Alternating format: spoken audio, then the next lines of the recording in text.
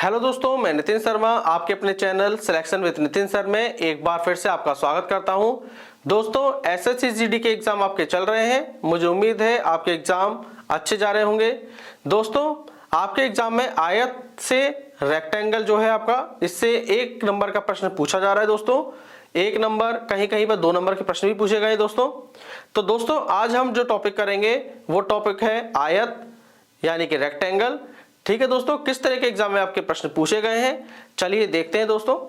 चलिए देखिए, question number 1 क्या कह रहा है कि एक आयत की लंबाई और चौड़ाई को क्रमशः 10% तथा 20% से बढ़ाया गया है। आयत के क्षेत्रफल में कितने प्रतिशत की वृद्धि हुई। तो दोस्तों आपको याद रखना है एक चीज, जब आयत के क्षेत्रफल में वृद्धि हो रही हो, आयत के क्षेत्रफल में दोस्तों क्या हो रही हो, आयत के क्षेत्रफल में वृद्धि हो रही हो, तो दोस्तों एक फॉर्मूला याद रखना है आपको, a plus B plus A B upon 100। ठीक है दोस्तों, a यहां पर दोस्तों पहला प्रतिशत हो गया, पहले प्रतिशत वृद्धि हो गई, पहले प्रतिशत वृद्धि।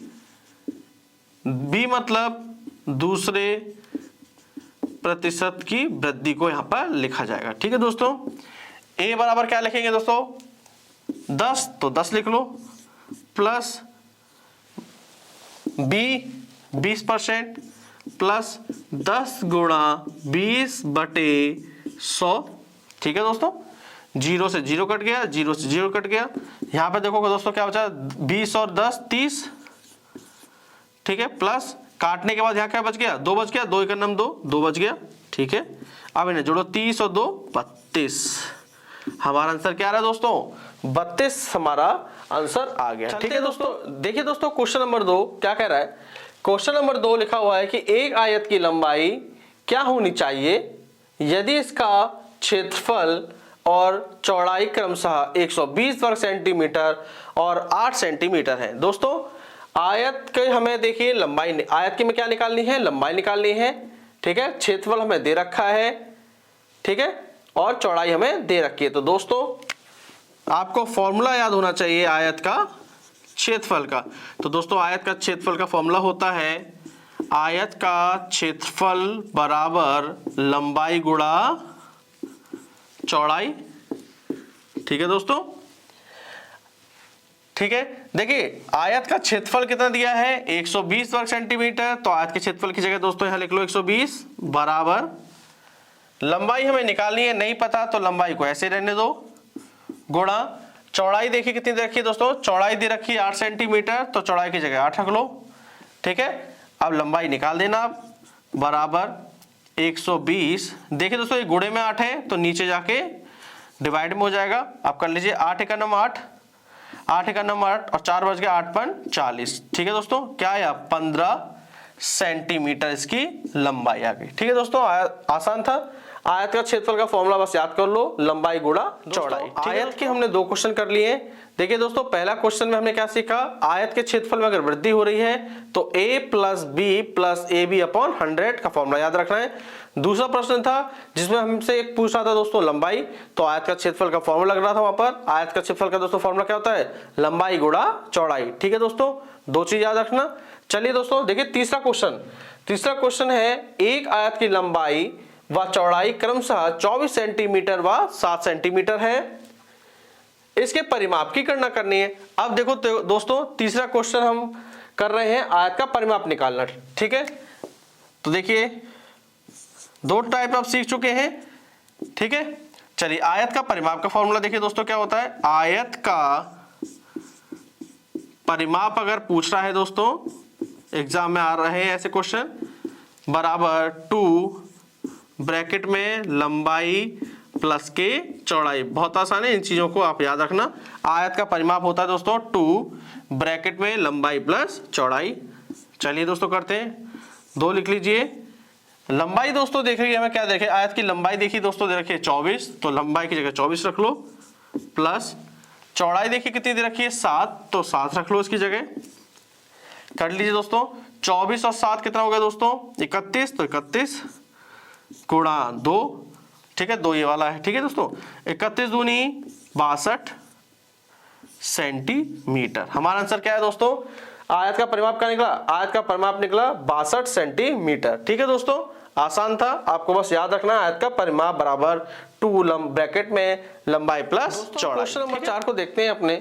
क्वेश्चन नंबर 4 कह रहा है कि एक आयत की लंबाई और चौड़ाई क्रमशः 21 सेंटीमीटर व 20 सेंटीमीटर है, इसके विकर्ण की लंबाई क्या होगी?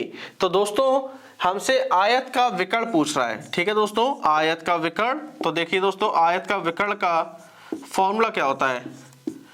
आयत का विकर्ण निकालना है तो दोस्तों आपको याद रखना है बराबर रूट में लंबाई का होल स्क्वायर प्लस चौड़ाई का होल स्क्वायर। ठीक है दोस्तों, आपको याद रखना जब भी आयत का विकर्ण निकालना हो तो रूट में लंबाई स्क्वायर प्लस चौड़ाई स्क्वायर कर देना, आपका आंसर आ जाएगा। ठीक है दोस्तों, रूट में लिखते हैं लंबाई कितनी दे रखी है? देखो लंबाई दे रखी है 21, तो 21 हो गया, 21 का होल स्क्वायर प्लस का चौड़ाई देखिए दोस्तों कितनी दे रखी है? 20, तो 20 का होल स्क्वायर हो गया दोस्तों। चलिए आगे बढ़ते हैं। 21 का स्क्वायर दोस्तों होता है 441 प्लस 20 किसका स्क्वायर होता है? 20 का स्क्वायर क्या होता है दोस्तों? 400। ठीक है, अब दोस्तों आगे करते हैं, इन्हें जोड़ दीजिए। 441 में 400 जोड़ोगे तो दोस्तों कितना आएगा? 841।